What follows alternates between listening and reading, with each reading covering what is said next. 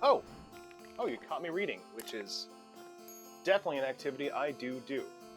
Speaking of activities that people do, did you know that possibly one of our founding fathers might have been a giant pervert, and he was possibly in a giant pervert club? One that really relished in sex, drugs, and probably what was considered rock and roll back in the 1700s. So today we are going to be diving into the Hellfire Club. But in the meantime, I don't feel like I'm appropriately sexy enough for this one. I think I'm going to have to slip into something a little bit more comfortable, if you know what I mean.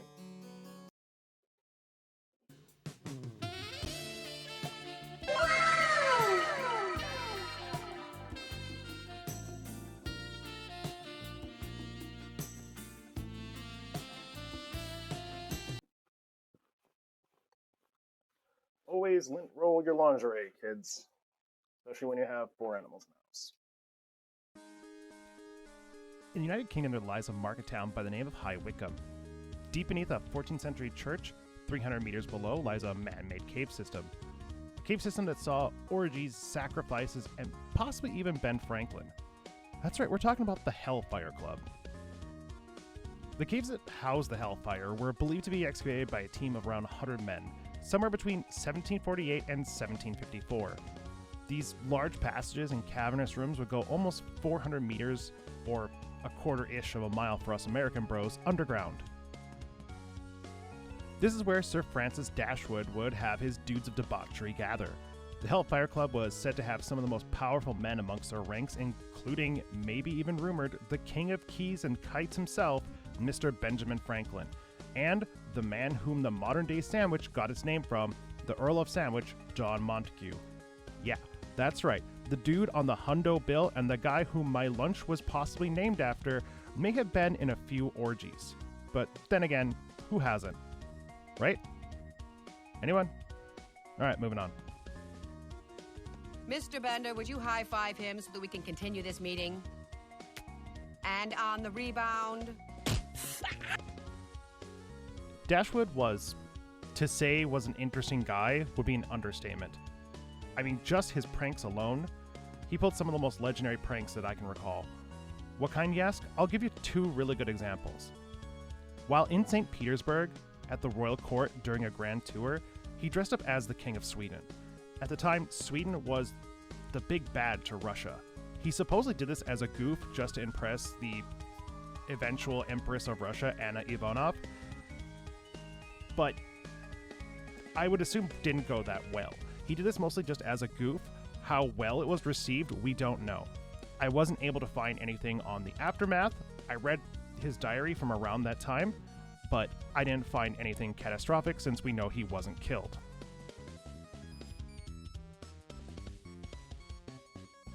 And the second prank, one that is legend. Dashwood and fellow member John Wilkes, no, not the racist coward that killed Lincoln. That's it. I'm gonna do what I should have done a long time ago. John, what are you going to do? I'm gonna beat him to death with this hammer. What? John! This one, he was a journalist. John Wilkes and Dashwood, they acquired a baboon, and how they got a baboon is still unknown, but rich weirdos will be rich weirdos and it will always find a way. They dressed up this monkey and they put it in some kind of devil outfit. Some accounts even say that they painted it red. They stuffed it in a chest, rigged for the monkey to leap out when Wilkes pulled a chain, and they did this to scare the Earl of Sandwich, John Montagu. During a black mass held by the Hellfire Club, Wilkes waited for the Earl of Sandwich to invoke the name of Lucifer, and at that moment, he released the beast, as it were. The Earl fell to the ground, shrieking, "Spare me, gracious devil! Thou knowst I was only fooling!" All the while, the monkey in a robe with devil horns ran from the caves into the night. Whoever's in charge of greenlighting shows over at Netflix, I have a pilot for you. It's about a monkey who was dressed up as the devil in red paint and a cape and is now running amok through 1700th century Europe. So, general activities of the Hellfire Club would mostly consist of drinking, hosting orgies, hosting satanic rituals, and just mostly generally flipping the bird at morals and religions of the time. Blasphemy was what the cool kids were doing, and blasphemy wasn't going out of style anytime soon. Dashwood was the embodiment of hedonism and satire, as I explained just a little bit ago. Think of him as the Weird Al of the 18th century, but much less clean. Shut up, you little weasel! He was inspired by other secret societies around England and Ireland, where, in fact, the original Hellfire Club came from. The name Hellfire actually wasn't originally attributed to these clubs. Hellfire Club was something that wasn't really popularized until the 19th century, which was a name basically they gave just to, kind of emphasize what these clubs were about when they're describing about them. Some of the old names for them that they were known by at the time were the Brotherhood of St. Francis of Wye, Order of the Knights of West Wycombe, and after moving to the Medmenham Abbey, they were called the Monks of Medmenham. I'm pretty sure that's how you pronounce it. Don't sue me.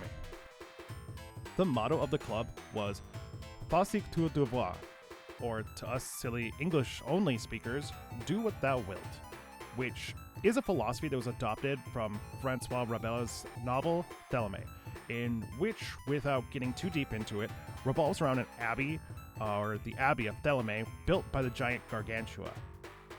This abbey is different from the norm in this one, where the nuns and monks can do what they want to and have fun. These Thelemites live according to a single rule: do what thou wilt. Hence our Hellfire Club motto. Side note, this theme was also adopted by Aleister Crowley, who paraphrased it as, "Do what thou wilt shall be the whole of the law." Anyway, I kind of noticed we're getting a little bit off track. I think I actually have some ketamine left over from the Thalassophobia episode. One second.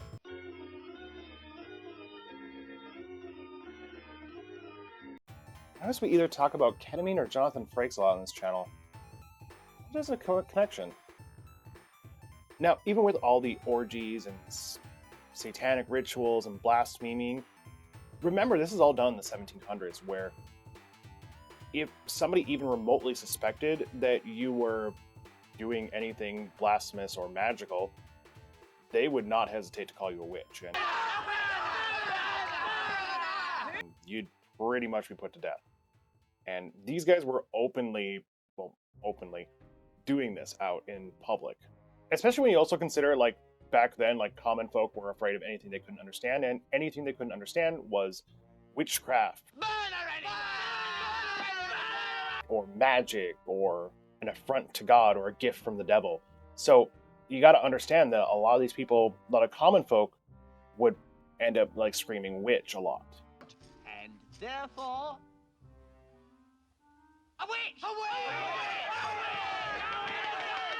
Now, Francis Dashwood and his ride or die bitches, they were men of science, were educated men of wisdom. These guys knew better. But they're just mocking. They were just mocking all the blasphemy and magic. So, it's okay, as long as they're just basically just doing it in Minecraft. They were taking the folklore that was highly believed in and mocking it. A lot of it came from like a sense of superiority. Kind of like, hey, we're so far above this, let's do a witch coven fashion show just to show how much better we are. So, let's backtrack here a little bit. We're going to talk about the original Hellfire Club. Now, while Dashwood's iteration is the most notorious and most well-known, we're going to talk about the original, the OGs, the ones formed by the Lord Duke of Wharton. Philip Wharton was a big-shot politician who a lot of people said that they admired, respected. He was a respectable man, upstart, and a scholar. So, in reality, he was actually kind of a drunk, a blasphemer, and my new favorite word that I discovered while researching, he was a rake, which essentially means hellraiser. A lot of the times it's towards women. So this guy was a humongous womanizer, and I'm going to start calling people rakes from now on. One of Wharton's favorite activities was getting shit-faced on a Sunday and blaspheming. His club would meet on Sundays in direct opposition of the church as mockery towards it. The club at the time included both men and women, but the actual roster of this iteration of the club is mostly unknown. Some of my favorite activities the group would get into were casual and competitive mocking of the church. The club presidents were actually referred to as the devil. Shadow, it's me, the devil. I'm here to convince you to do sin. And the group would cosplay as characters from the Bible and other religions. Like some dude would occasionally roll up to a dinner as Poseidon, meanwhile somebody else would be dressed as the Virgin Mary. They'd even mock religion in the pettiest of ways by having meals on their menu go by names like Holy Ghost Pie or Breast of Venus, Devil's Loin, and my favorite, Hellfire Punch. So, fun Lorelock fact. Did you know that the drink I'm drinking at the end of every episode is actually Hellfire Punch? Enough Hellfire Punch, you might catch me in your DMs with sacrilegious cosplay. It was meant to be for fun, a joke, a meme. I mean, you couldn't really get mad, it was just a little bit of trolling after all.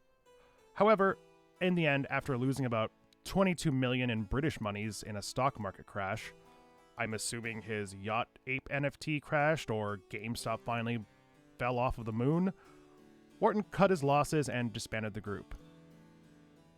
Well, that's kind of part of it, but a lot of it was actually due to being outed in Parliament in a bill that was, quote, against horrid impieties in 1721.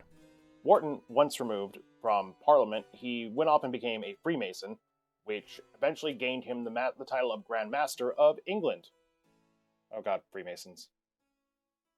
Now, back to Francis.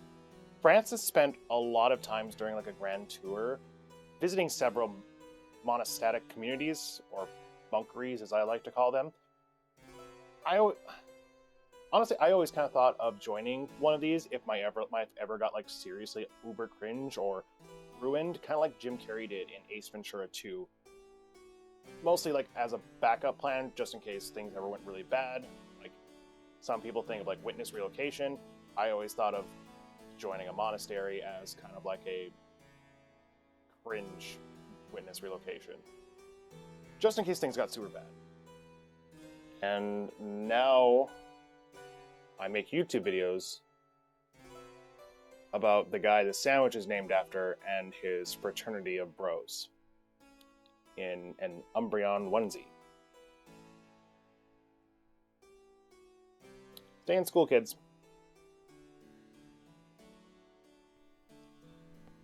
Once he returned to England, he met up with other like-minded individuals who had also taken grand tours and joined some other clubs like the Devon Club.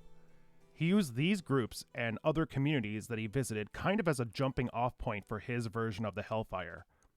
His version was meant to be, and I quote, a direct contradiction to nature and reason. Kind of reminds me of the South Park goths, or something along the lines of just a bunch of super mega frat bro fraternities. So this iteration of Wharton's Club would meet at a pub called the Georgia Vulture Tavern in London, and the guest list was supposedly enormous. However, Lord Wharton's version of this, and the guest list ended up getting lost to time, essentially. Several fires, several other incidents, eventually just became lost to time. Unless...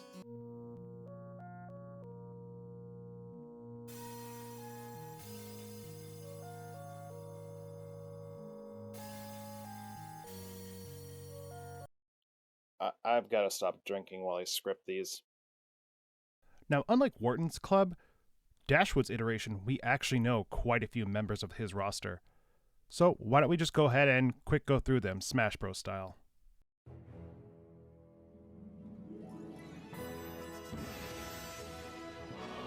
His cousin, Sir Thomas Stapleton. Club Secretary, Paul Whitehead. His half-brother, Sir John Dashwood King. Our monkey man, the journalist, John Wilkes. The Earl of Sandwiches, John Montague. The Duke of Queensberry, Charles Douglas. Frederick, Prince of Wales. Painter, William Hogarth and his doggo. and the cherry on top, Parliament member George Selwyn. Ah yes, George Selwyn, who is described in a BBC History magazine article as, quote, necrophiliac, gay, transvestite, he sat mute, loved and undisturbed in the House of Commons for 44 years. At least one of us was not disturbed.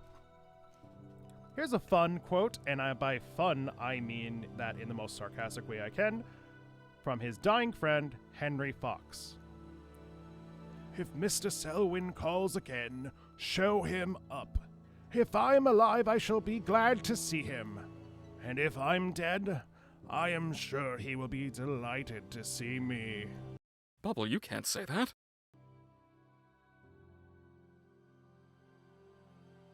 In 1752, Dashwood packed up his U-Hauls and moved the group briefly to his home in West Wickham. I want to throw it out there that I wouldn't trust a single one of those weirdos. Especially that George Selwyn. Oh my god. Then moved to a much more secluded location to commit blasphemy in peace. They found the Medmenham Abbey, a place where they could pretend to be monks. Deeply disturbed monks. Once acquiring the lease to this abbey, they would go ahead and hire an architect that was very well versed in Greek revival. From here, they would update the townhouse and do some modifications and renovations towards the inside of the abbey. They would also include and add a tower onto it, an observation tower in which they would intentionally make look derelict. Once the abbey had been fully renovated, it was time to resume activities. From here on, the members of the Hellfire Club would style themselves as monks or friars, and each year an abbot would be chosen among the brethren, mostly just to keep up appearances. According to one legend, prostitutes were dressed as nuns and were given the task of pleasuring the, quote, monks.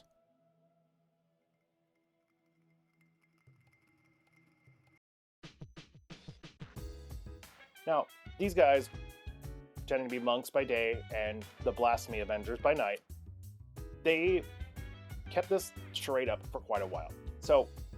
But one of the things that they did love more than anything was irony. They loved irony and they loved passive-aggressive parody. As you can see, where Dashwood had this commissioned,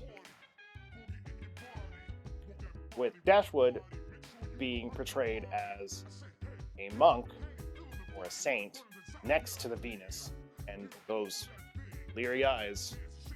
I think my personal favorite one is one done by previously mentioned Hellfire Club member William Hogarth, where he painted Dashwood as a monk, and as you can see in the background, there's an abbey, which most likely is the Medmenham Abbey.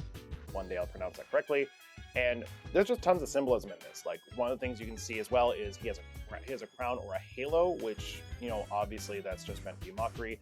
You can see in the tiny corner there's a masquerade mask, obviously hinting their eyes wide shut shit that goes down. And my favorite form of symbolism is the lady that he has in his hand. The naked woman has it in his hand. Symbolism definitely isn't lost on me, nor was it ever lost on Dashwood or Hogarth.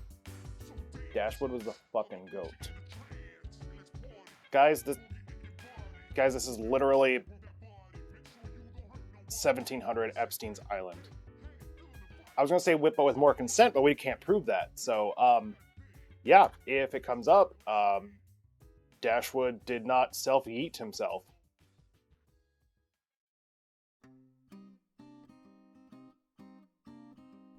Now, for all of you who have been paying attention, I did mention at the beginning of this video a certain kite-flying American hero, Ben Franklin. Supposedly, he was a member on at least one or two occasions, and possibly did take part in some activities at some point, or for all we know, he could have just passed through. Regardless, he was definitely on the member list at some point. In 1758, Old Benny became friends with Dash Dog, and they would have coffee, tea, Netflix, and chill. In his letters, he made allusions of being in underground caves at Wickham's at many times, though he never went into detail for obvious reasons. However, he was widely known for indulging in the excess of sex and booze. Now, there are tons of stories that would definitely make us believe that Ben Franklin could have definitely had the ability, and he definitely would fit in with the Hellfire Club. There is a quote from the 1800s about Ben Franklin where it specifically says, "The less you know about Ben Franklin's character, the better." And doing research for this one, I can definitely agree. Ben Franklin was not the greatest person. A couple of quick fire examples, Watch Mojo style, are he had possibly 15 illegitimate children. One of them did eventually grow up to be the governor of New Jersey, so that's, something good came of that. Another one is he tried to sleep with one of his friend's mistresses. So that one real quick is Franklin went to London in 1724, where his friend, James Ralph, ended up having a falling out because Franklin made advances towards Ralph's mistress. Ralph ended their friendship right away, and as for sleeping with my wife, I think they're even at that point. And then this one was kind of interesting because he supposedly tried to sleep with a mother and a daughter. In 1757, Franklin moved into an apartment in London. It was owned by a widow named Margaret Stevenson. Margaret lived there with her 18-year-old daughter, Polly. While some historians think that Margaret and Franklin may have had an affair over those 15 years that he was under that roof, others think that Franklin may have tried to hook up with Polly as well. Even so, it was very well recorded that he was extremely fond of Polly. He kept a long correspondence long after he was no longer living there. And in his final years, actually invited Polly to move to Philadelphia and stayed by his side until his death in 1790. However, in the end, his writings actually come off more of a tourist than an actual member. But unfortunately, we lack any specific journals of his proceedings to detail what actually happened down there. After over a decade of meeting at the Abbey, Dashwood was appointed Chancellor of the Exchequer. I don't know if I pronounced that correctly. Again, sue me. Despite it being common knowledge, he was not good with many money. Dude's like me for real. Now, in the House of the Lords, his time was split and he couldn't get to his communal sex dungeon as much. John Wilkes had also been arrested for basically shit-talking the king, and some of that also might have had to do with his monkey prank on Mr. Sandwich. The club was beginning to slow down, but not done. Now, that cave system I mentioned earlier is now finally being brought up. The new cave in West Wickham now became the new home of the Hellfire Club. The setup to the cave, this final location of the Hellfire, was set up pretty interestingly. First, you would start from the entrance hall, to the steward's chamber, and then to Whitehead's cave, named after their secretary. Then Lord Sandwich's circle, Franklin's cave, aptly named, the banquet hall, to the triangle, Miner's cave, and across the river Styx. This would lead to the final cave, the inner temple. River Styx obviously being where the mortal world and Hades would be separated, and inside the inner temple is where the Hellfire Club would meet. Of course, obviously doing all sorts of fun, clearly Christian PG material. And once again, my good friend Dashwood would do this as a significance where the inner temple was located directly under the St. Lawrence Church, directly above, supposedly signifying heaven and hell. These caves, in fact, still remain as of this day as a very popular tourist destination.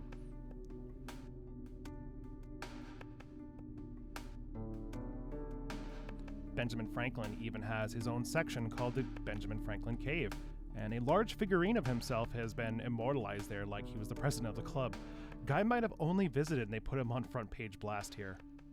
Because, again, with his involvement, we don't really know if he was actually involved or not. We just know that he was friends with Dashwood, but the amount of that we kind of put him together with this, and the amount of random debauchery and bad personal shit that I said earlier about Franklin, it's not far-fetched to imagine him as part of this gang.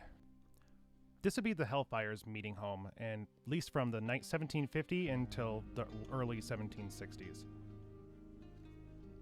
About 1766, the club was finally disbanded. Records and reports of memberships to the Hellfire Club were used to bring a lot of political ruin to a lot of these members, creating a gigantic witch hunt towards Dashwood and his followers. John Wilkes, as I had said previously, was sent to jail, mostly, like I said, for shit-talking the king. A lot of that is believed to have been some of the information was leaked by the Earl of Sandwich as a way to get back at him at the baboon prank. With the Hellfire Club disbanded, the years would just trudge on. Other members would slowly pass away. Secretary Paul Whitehead had passed away in 1774, and as I said, his will was metal as hell. His will included specifically to remove his heart and place it in an urn at the West Wickham to show it to visitors.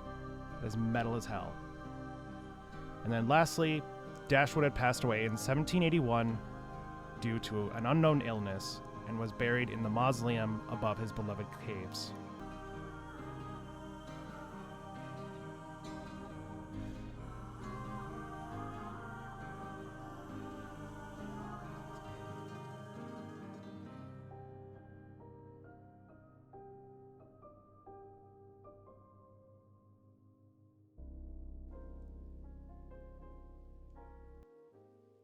Oh.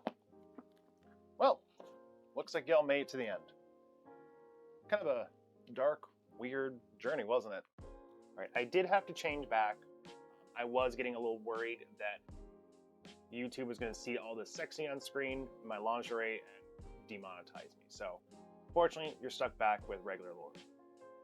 Now, I do want to kind of apologize for how long this video took to get out. I had a lot of random technical issues, so this episode was kind of cursed. You can see I had a couple mic issues, I had a couple camera issues, my narrating mic went out, bought a new narrating mic, had to buy a new condenser, then on top of all that I had to redo all my audio. So this has been a fun adventure, and by fun I mean I feel like I've gotten at least 3 years older in this process.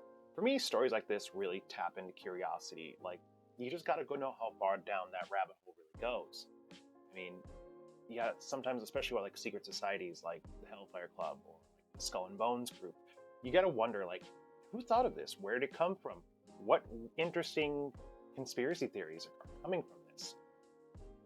Like my dad always said, a day that you learn something is never a day wasted, which is something that I want to carry on in the spirit of this channel.